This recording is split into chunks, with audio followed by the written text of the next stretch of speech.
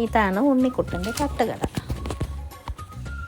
ഇവിടെ നിന്ന് നല്ല ആവി പറക്കുന്ന പോത്തിറച്ചിയും നല്ല പൊഴുപഴായിരിക്കുന്ന പൊറോട്ടയും കിട്ടി.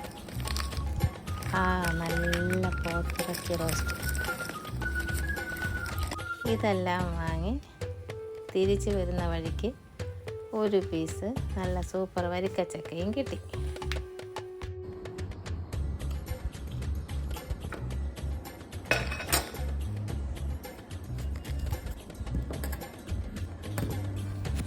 ചക്കയൊക്കെ ഇറുത്തിട്ട് ചവണി കളഞ്ഞ് നല്ല കരിമുര കഴിച്ചു. ഇന്നത്തെ രാത്രിയിലത്തെ ഫുഡ് കുശാലായി.